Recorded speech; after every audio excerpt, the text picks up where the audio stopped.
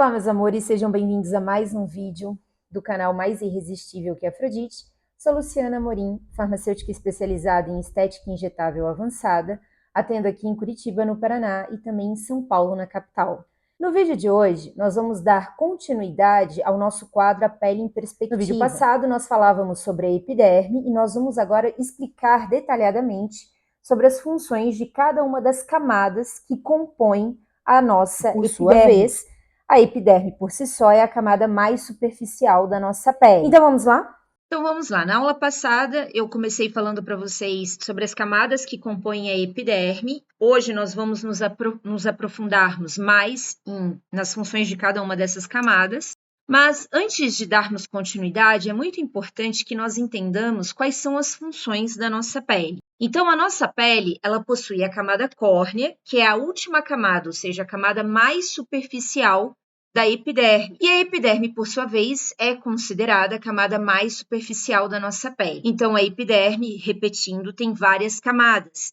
E a camada mais superficial da epiderme é a camada córnea. Para que existe a camada córnea? Para evitar a perda de água e para proteger o nosso organismo contra atritos. Outra coisa, a nossa pele possui terminações nervosas, o que permite que nós consigamos extrair informações do ambiente em que nós nos encontramos através do toque, e essas informações elas sejam passadas para o nosso sistema nervoso central, onde serão traduzidas como dor ou prazer, quente ou frio. Além disso, a nossa pele também possui vários vasos sanguíneos, glândulas e também o tecido adiposo de sustentação, que ajuda no processo de termorregulação, ou seja, de controle da nossa temperatura, que é essencial para o funcionamento das nossas células. Também a pele possui as chamadas glândulas sudoríparas, que são responsáveis pela termorregulação.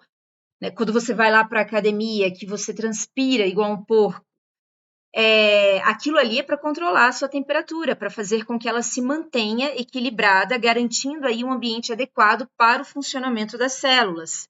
E também essas glândulas sudoríparas servem para promover a excreção de substâncias. Alguns medicamentos, por exemplo, são eliminados através do nosso suor.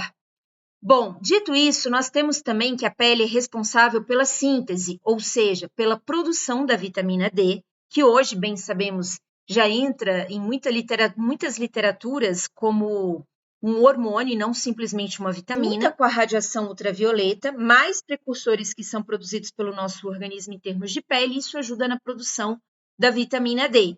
E ela também vai ser responsável pela produção da melanina, que é o pigmento que vai tingir a nossa pele, a íris dos nossos olhos, os nossos pelos, o nosso cabelo. A melanina, ela ajuda não somente na questão da pigmentação, mas também da fotoproteção, porque ela por si só funciona como se fosse um filtro de proteção solar. Bom, na semana passada nós havíamos falado então sobre a epiderme. Eu não cheguei a falar, mas em termos de histologia, que é o estudo da pele, do tecido, nós temos que a epiderme ela é um epitélio estratificado, pavimentoso, queratinizado. O que isso quer dizer? Ela é um tecido constituído por várias camadas, por isso estratificado, ou seja, várias camadas, vários estratos, cujas células que compõem essas camadas são células pavimentadas, ou seja, mais achatadas, e ricas de queratina no seu citoplasma. Por isso que a gente diz que é pavimentoso, queratinizado. Quais são as principais células que compõem a epiderme? Como eu disse na semana passada, são os queratinócitos, mas as demais células que também compõem a epiderme são os melanócitos, que eu também cheguei a mencionar, as células de Langerhans, que são os macrófagos da nossa pele, que recebem esse nome, e as células de Merkel, que são responsáveis pela nossa sensibilidade, pela sensibilidade da nossa pele. Bom, eu também cheguei a mencionar o nome das camadas que compõem a epiderme, que são da mais profunda à mais superficial, a camada basal, a camada espinhosa, a camada granulosa, a camada lúcida, que está presente apenas na palma das mãos e na planta dos pés, e a camada córnea, que é a camada mais superficial da epiderme. A camada basal da epiderme, ela é chamada também de germinativa, porque é nela que acontecem a renovação das células epidérmicas, ou seja, a multiplicação celular. As células elas vão se multiplicando nessa camada vão se multiplicando, multiplicando, até empurrando as outras mais velhas lá para cima, até chegar na superfície da nossa pele. Então, essa camada ela é rica em células tronco, por isso que ela é responsável pela multiplicação celular. Essa camada basal ela é constituída por células que têm um formato prismático ou cuboide, como vocês podem observar na imagem, mas é aqui, na camada espinhosa, que é essa camada que fica acima da camada basal, como nos mostra a imagem, que começa a produção da queratina no ambiente intracelular. Então, a queratina, que começa a ser produzida dentro das células que compõem essa camada, juntamente com os desmossomos, que são estruturas que unem as células entre si,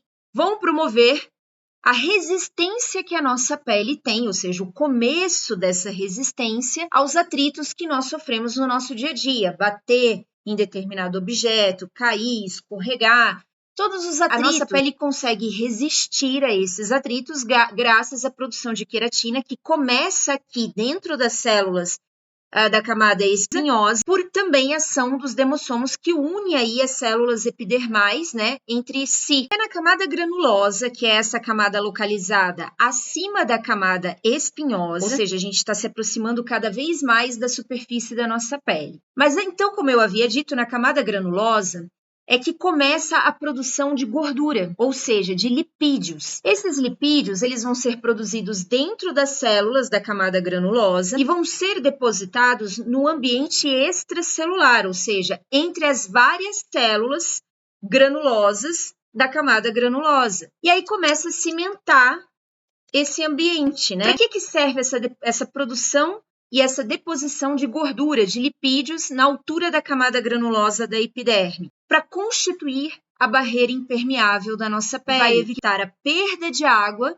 né, excessiva através da transpiração e, ao mesmo tempo, a penetração de substâncias que possam ser perigosas para o nosso organismo. Então, aqui começa, de fato, o conceito de barreira impermeável da nossa pele. E a camada lúcida, Luciana? A camada lúcida ela é exclusiva da palma das mãos e da planta dos pés. A epiderme, na palma das mãos e na planta dos pés, além das demais camadas que nós vimos até aqui, que ainda vamos ver até o fim desse vídeo, ela aparece como uma camada extra destas regiões que eu mencionei, porque são regiões de maior atrito e que requerem uma proteção a mais, né, uma camada a mais, para que elas consigam resistir aos atritos que são tão frequentes. Porque a gente pega as coisas, carrega, nós caminhamos, andamos, então essas regiões requerem uma proteção a mais. Então, a camada lúcida, que está localizada acima da camada granulosa, na pele, que está na palma das mãos e na planta dos pés, ela é constituída por células bem achatadas, como nos mostra a imagem, ó, bem achatado,